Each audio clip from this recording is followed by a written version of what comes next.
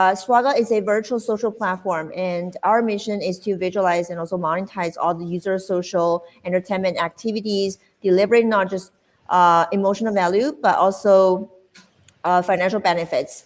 We have a range of different products, starting with Onimaru NFT collections, the fashion IP created in-house, along with the physical figure and also 3D model produced.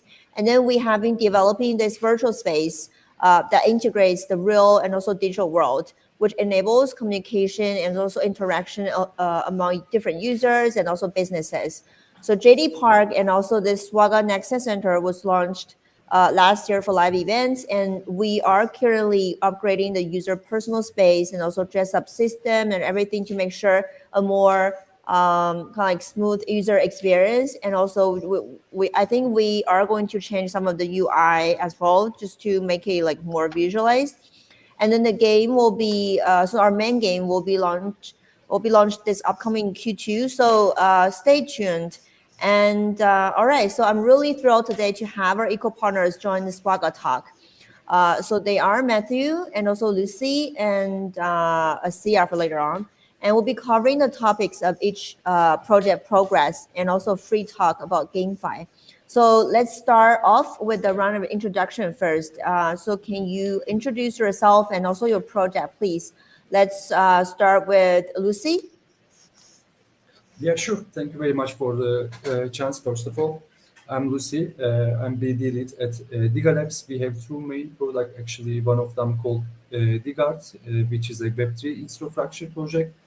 And the other one is Alderun. Alderun is a game factory that builds interoperable medieval themed blockchain games.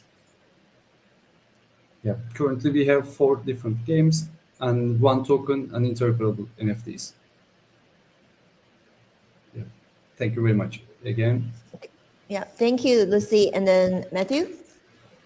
Hey, I'd just like to say I like your fit, Lucy. It's always funny to turn up to somewhere new and you walk in and you're wearing the same style. But yeah, we're looking good today. I'm Matt, or Mystic Matt, because I'm the CEO and co-founder of Mystic Games. And a bit about my background: I've been 19 years in the games industry. Everything from RPGs, PS2, Nintendo DS, all the way through to mobile, and now working on Call of the Void, which is our first game. It's out on mobile right now on Google Play and iOS. We are launching a token soon in collaboration with Seedify, and we're a partner with Portal. We're building on Immutable. A lot of good stuff happening, and I'm really excited to be here and chat with SWAGGA, who we've been friends with, and I'm just looking at those awesome trainers and those fits, and I would love to get that character running around our game blowing up zombies. So yes, it's really exciting, and it's great to be here.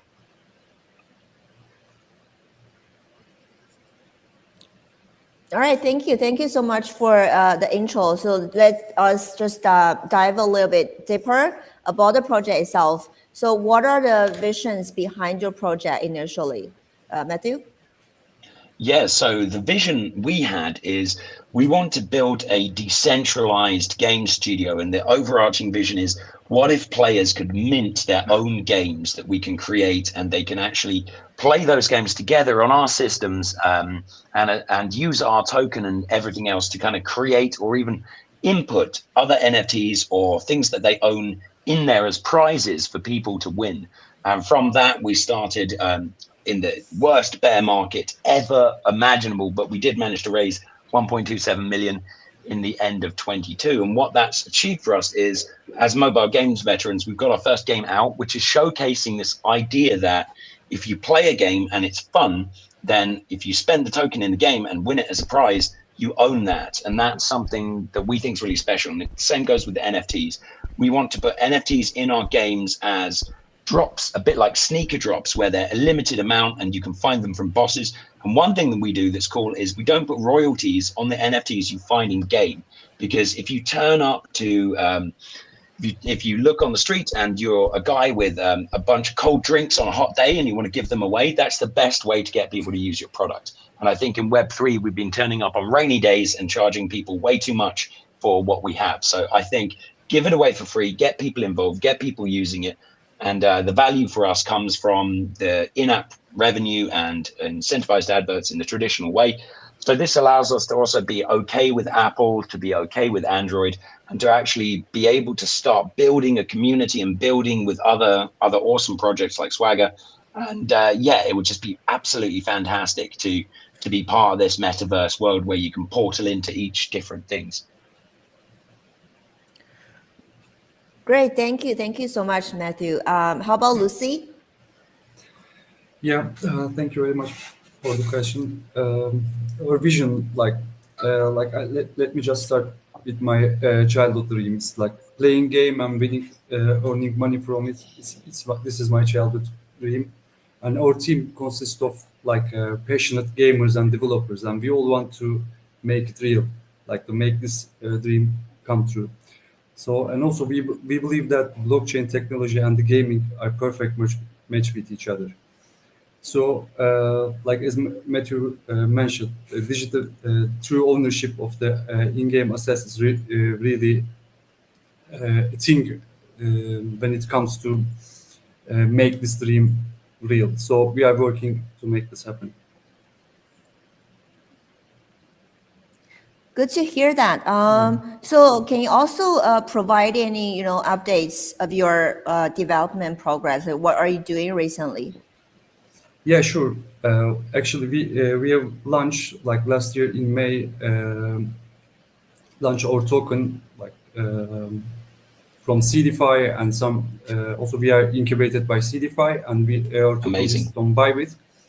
Yeah, yeah, they are really definitely amazing team. Like they, especially for the incubation program, they help a lot. They are really great partner.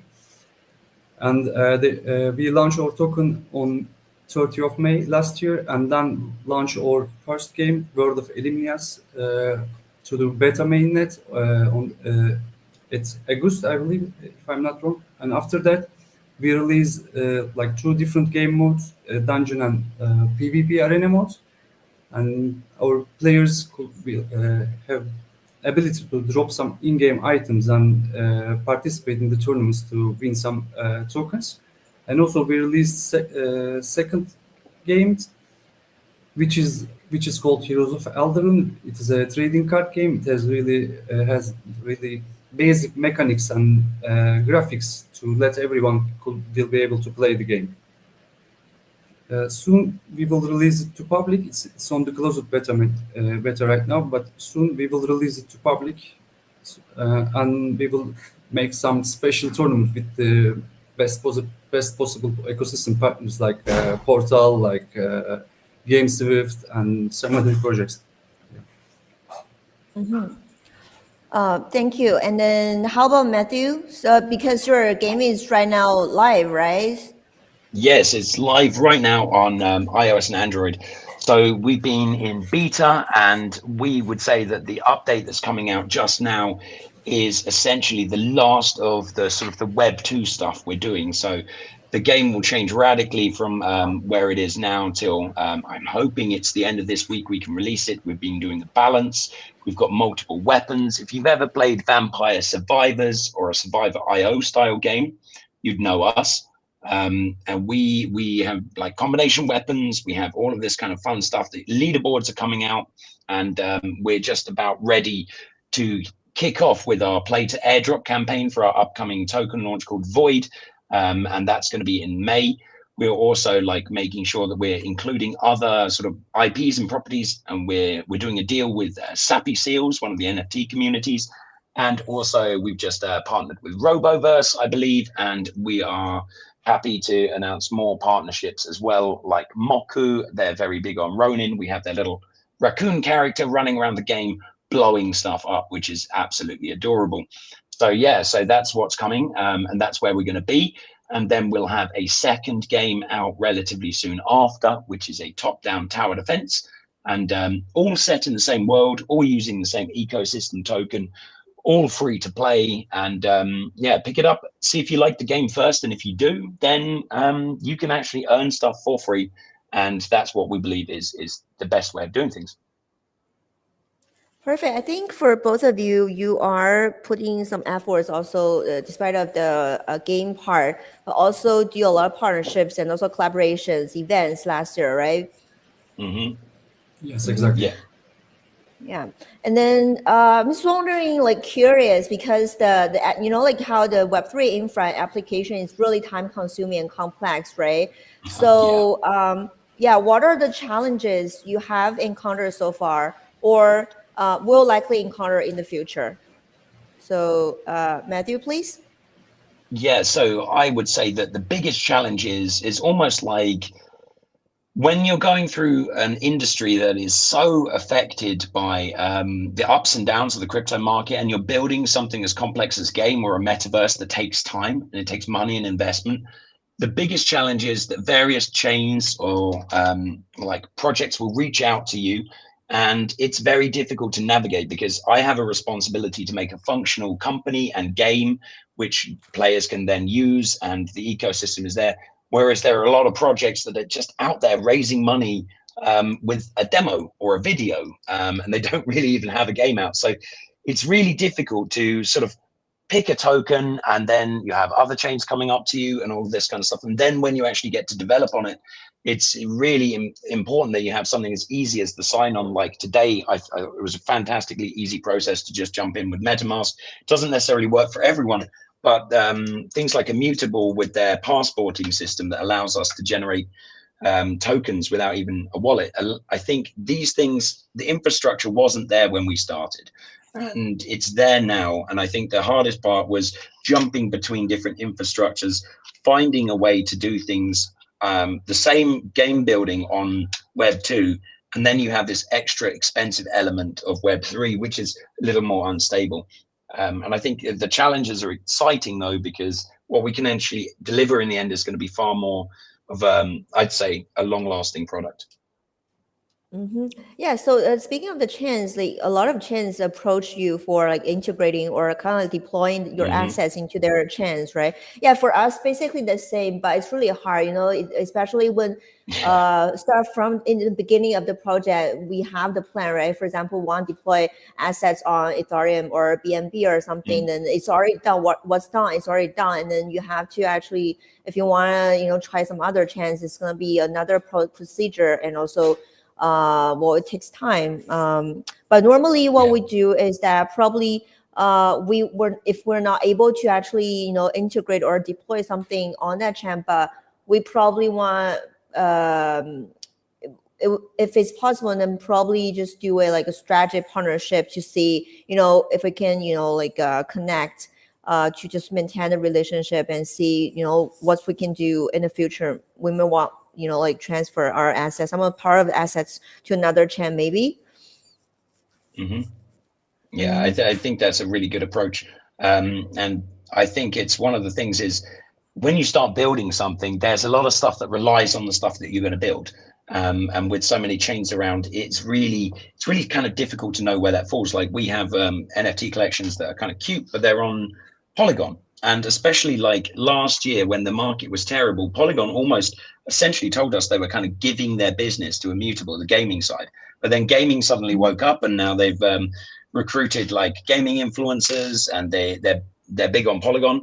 And so I was kind of arguing with the CEO in DMs on Twitter saying like, do you support IMX? Do you support Polygon? What's going to happen? Because you don't want to be sort of like pushed onto one thing and then that retires. And I agree, you take a really good approach of just having meaningful partnerships. That's like what we've done with Portal, because essentially they've got 200 games. IMX kind of want some sort of level of exclusivity, but there's so many different things around. The space is full of opportunities. The thing is that last year there wasn't the money. So what we're seeing is we're seeing bad projects from 21 that had terrible games kind of surviving because they took way more money, or good projects still haven't finished building. And we're kind of in this middle period at the moment. And I think it's weird that it coincides with the bull run, that we're going to have essentially who is around and who is going to be benefit from this.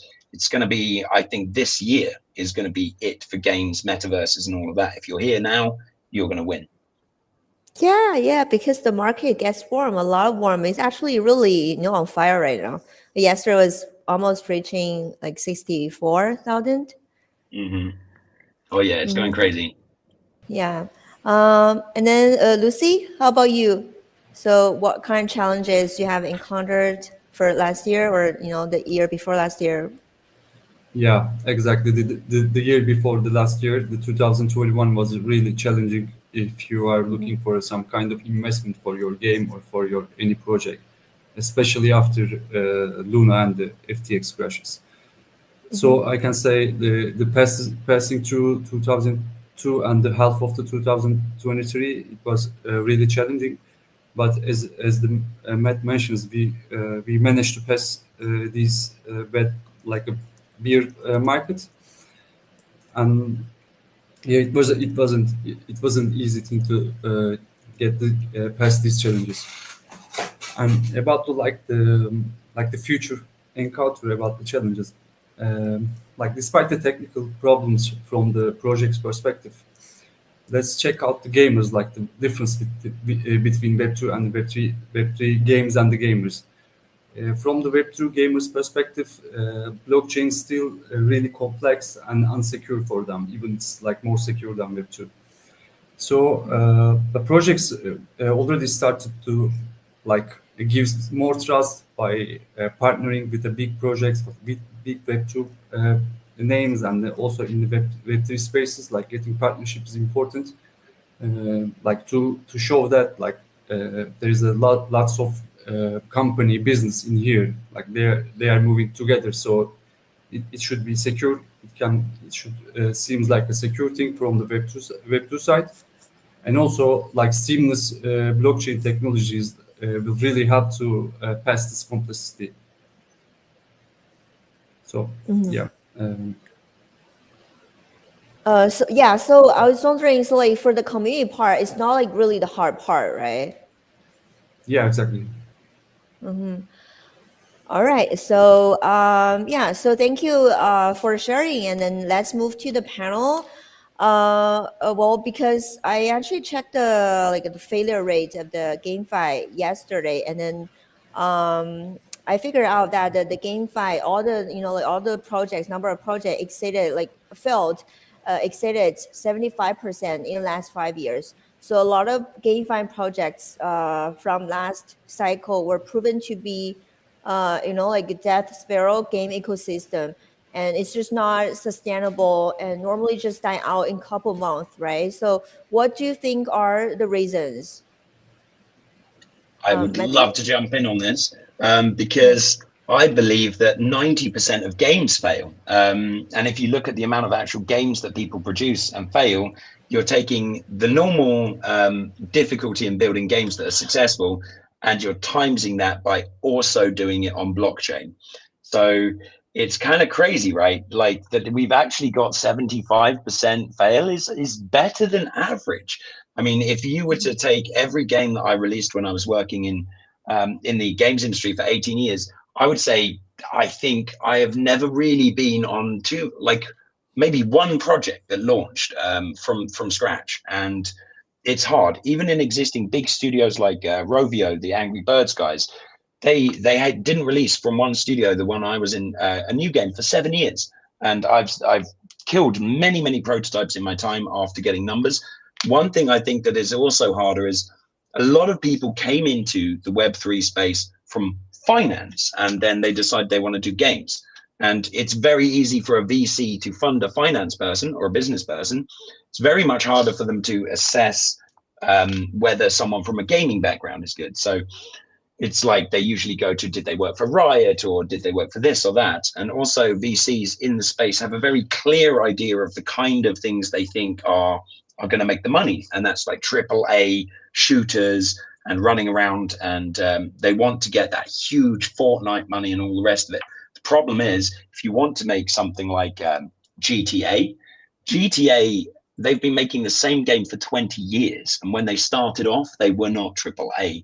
They were making top-down driving games. They were very simple and still quite highly developed for the time.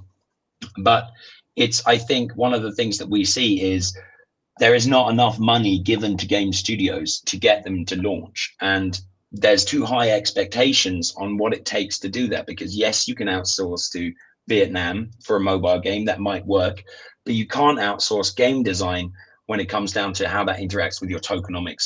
You can't outsource like AAA game development, because otherwise it's just going to end up looking a bit like an Unreal 5 demo.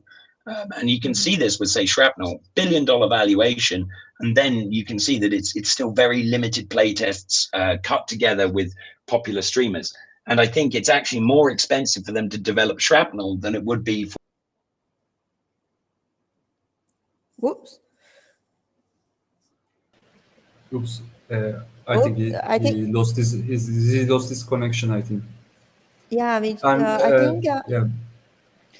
Let me. Do you wanna follow up with that, or do you wanna wait for him?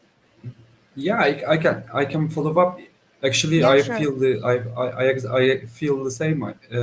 Like lots of project take this business, like take the blockchain space like an easy money grab. Like lots of them come here and thinks that they can get some investment and take the money and go away. That's why I think that's why the rate is so high, and even higher than the exact percentage of that you say. Like one of the reason is those kind of project, those kind of peoples, and the other reason is like everything seems really easy from the outside. I can say, like it's not an easy thing to develop a project on the blockchain ecosystem. So there are lots of different challenges, like the technical challenges, like the community. You need to be very close to the community, and if you don't do it right, they just destroy you. I can say, and I can see Matt is here now. Yeah, I think You want to follow up, he's Matt? here.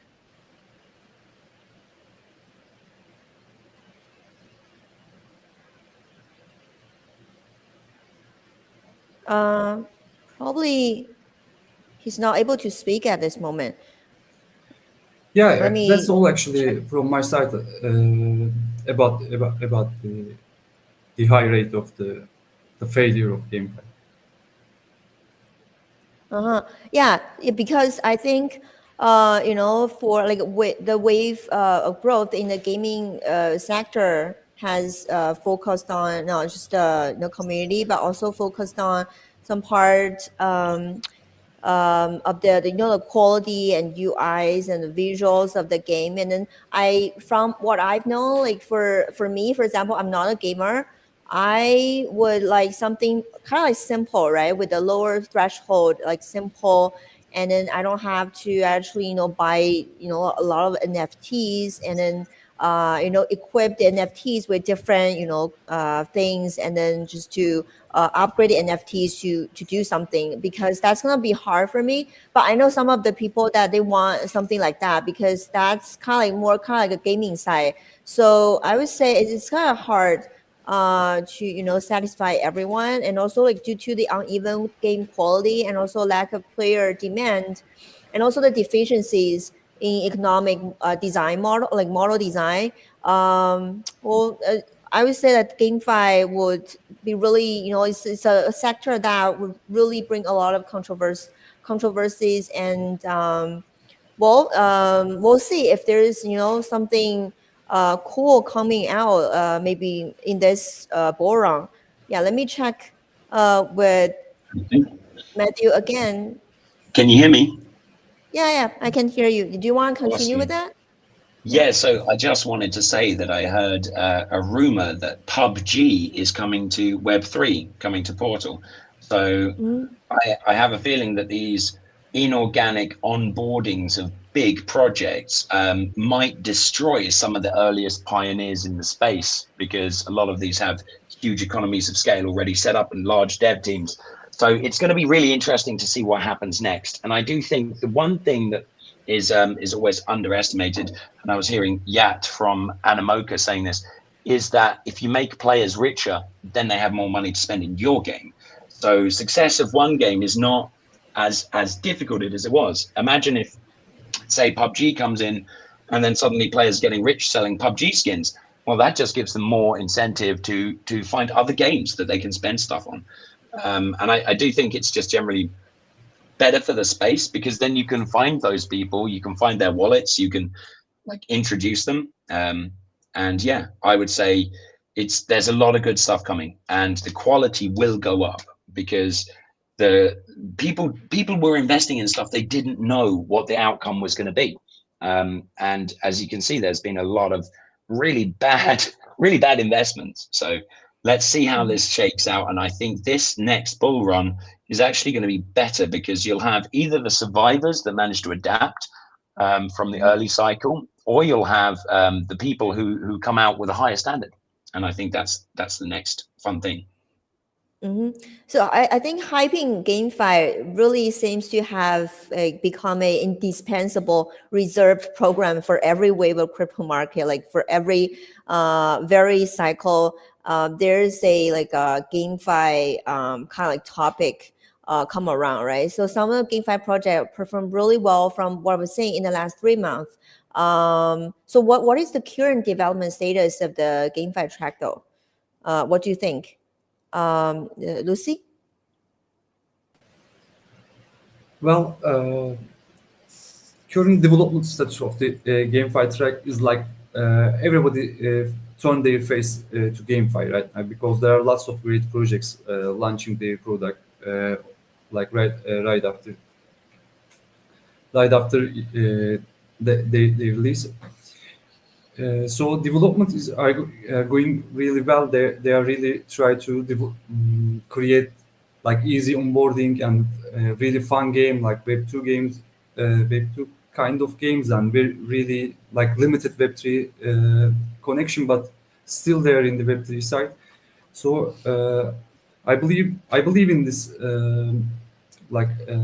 industry. I can say like as I said earlier, they are perfect match with each other, GameFi and the blockchain.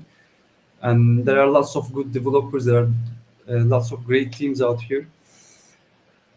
I think there will be lots of successful project after this bull run because of the hype, because of the expectations.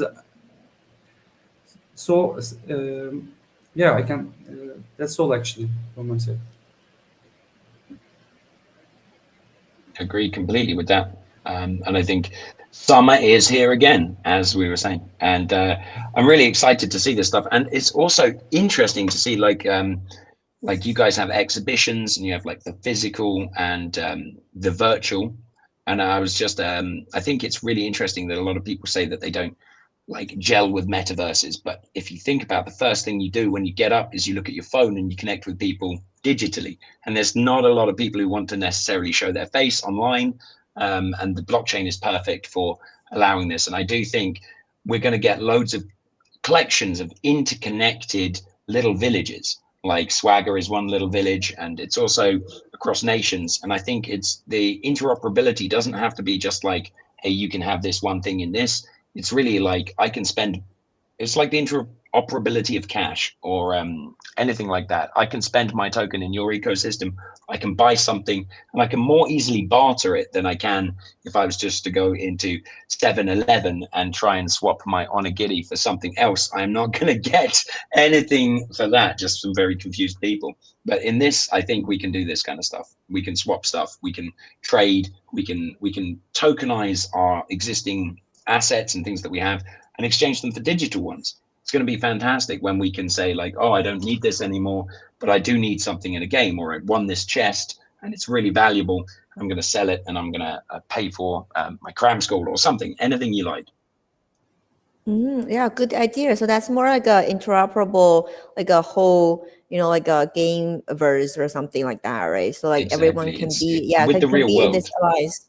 Yeah, perfect. So except for the full chain games, other like GameFi games can be divided into Web 2.5, right? In the middle of Web 2 and also Web 3, because the chain chain games in which game assets are put on the chain, but most of the game logic is processed by a centralized server. So starting from the end of last year until now, some games are with really excellent behavior, such as Big Time or Matrix Fire. Those are the ones from the news.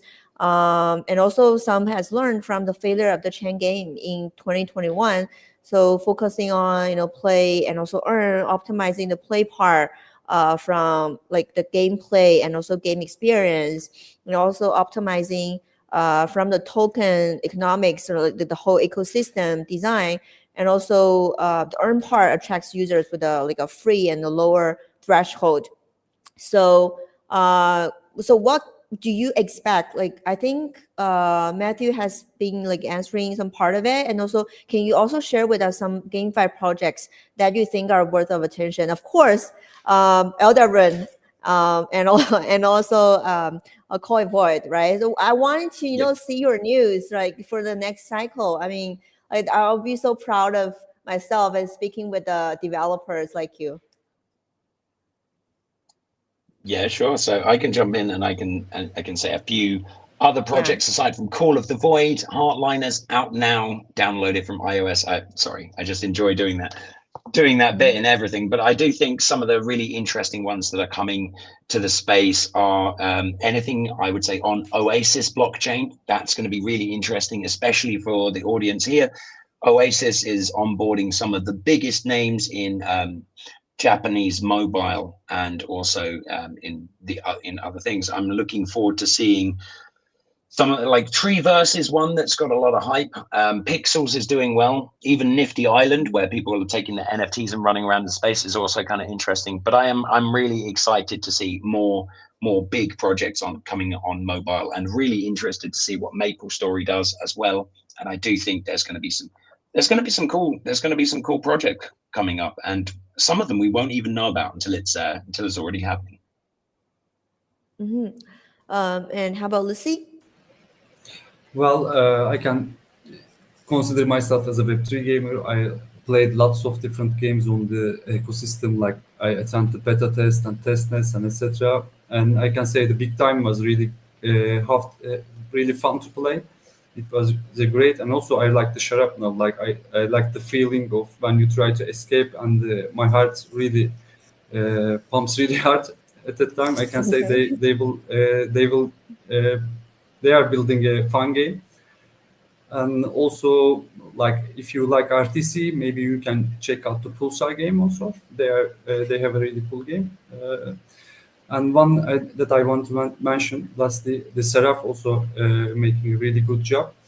I like playing RPG games, and it was really good test alpha test. I don't remember the phase of the name, but it was really good. Have fun. I really had fun. And of course, if you like to play games on mobile, we have a mobile game, World of Edimnias, which is it's an idle game. It's more like if you are working at a 9 to 5 job, and you can play while working. It's best for you.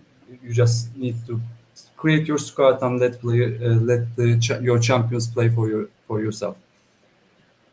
So Yeah, so I'm just wondering, so are you guys more interested in like NFT driven games or just like a free to play game? yeah, both. Why not both? Like free to. I think all games should have a free to play options to like to let players or also investors to try the game first before to make an investment through NFTs or tokens. Doesn't matter. Yeah. Yeah, because like for big time, right? So I think they will have to have the NFTs, like the NFTs in order to actually play the game and also earn token, right? So this is kind of like for me, it's more like an NFT driven game, and then I do have No, to have the actually, NFT. no. They have a free to play option, but you need sorry, you need to get a code from the streamers or something like that, or they are also dropping codes from time to time. You can play the game for free, and you have a really small chance to drop some items from their game. It was like this when I played the game like maybe 2-3 months ago. Maybe they changed something. I'm not sure. But like if it's free to play, then so do you get like the rewards? Is it token or like other NFTs in the game?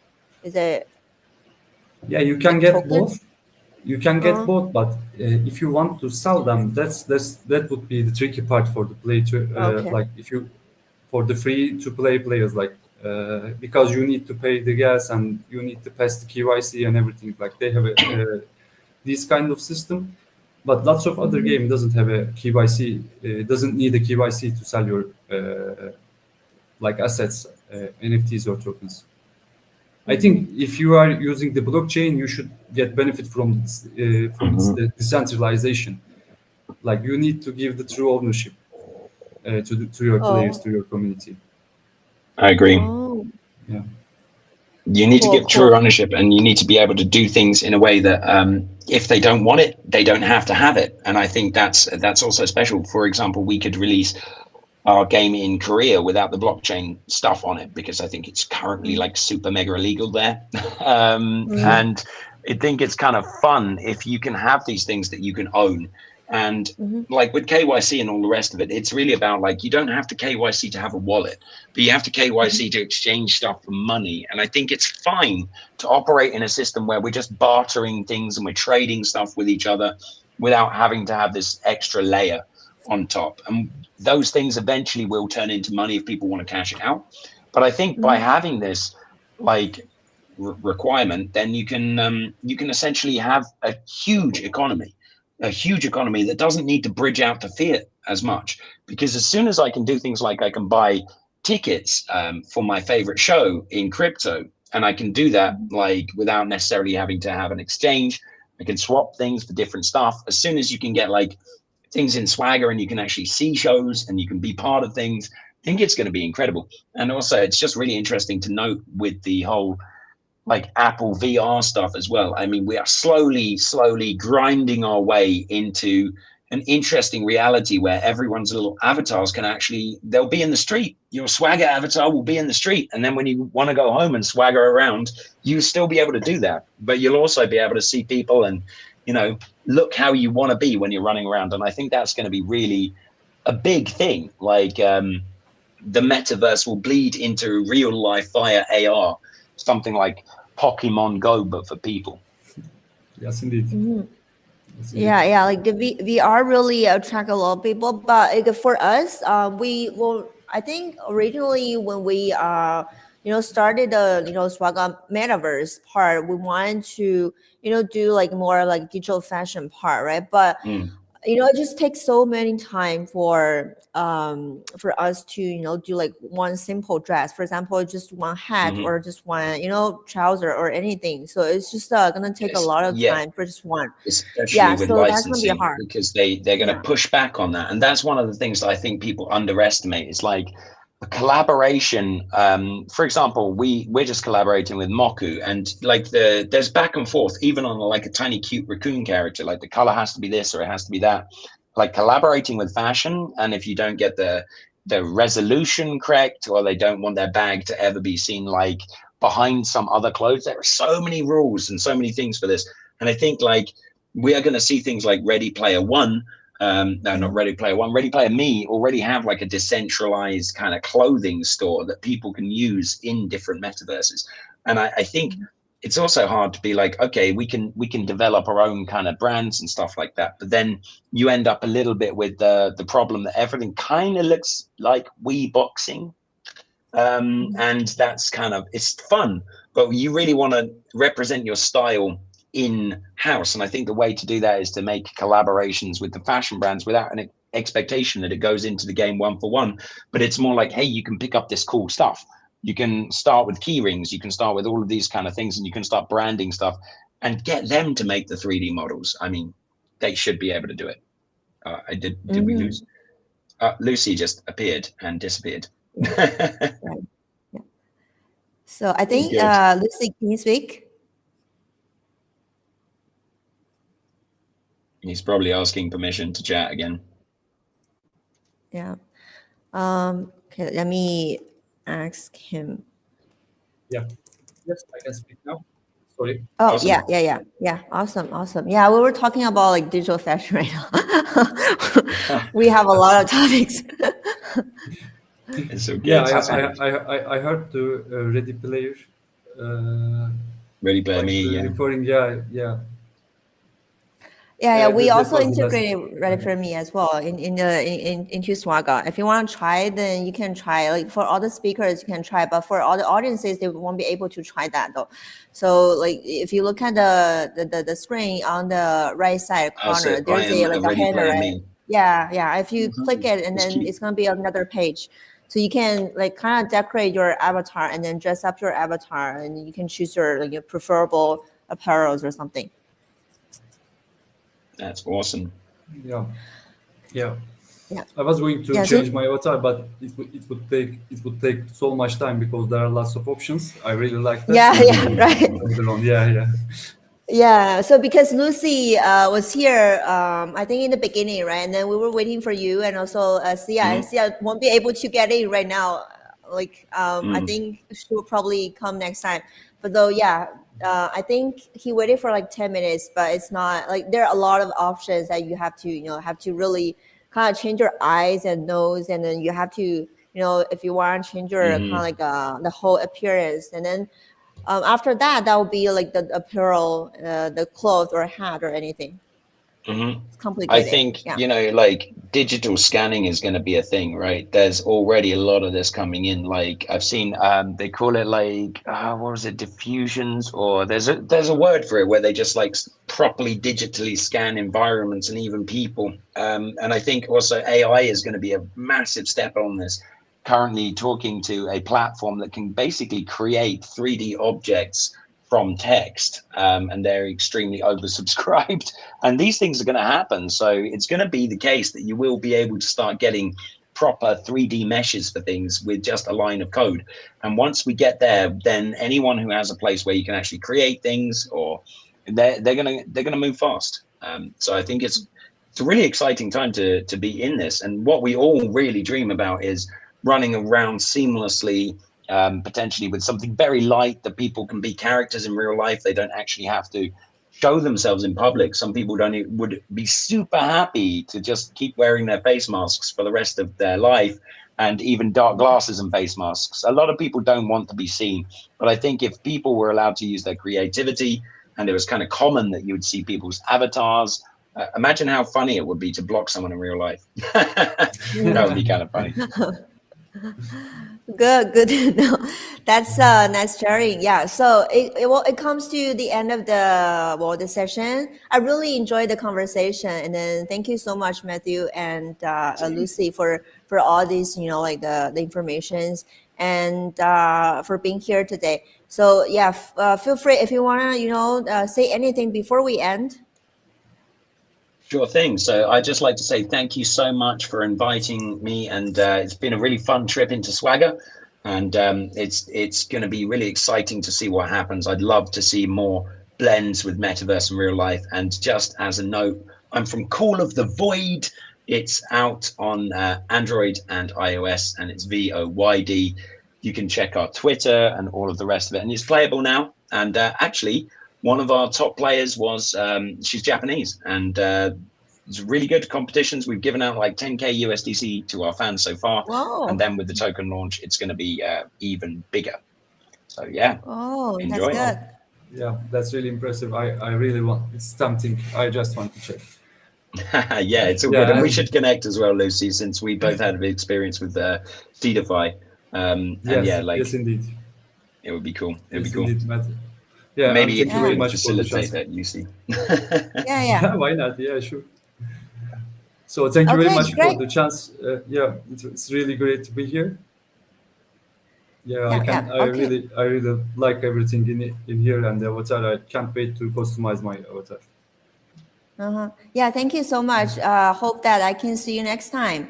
And yeah, that's it for this session. Thank you everyone for joining us. Thank you. Thank you. Thank you. Bye bye. Bye bye.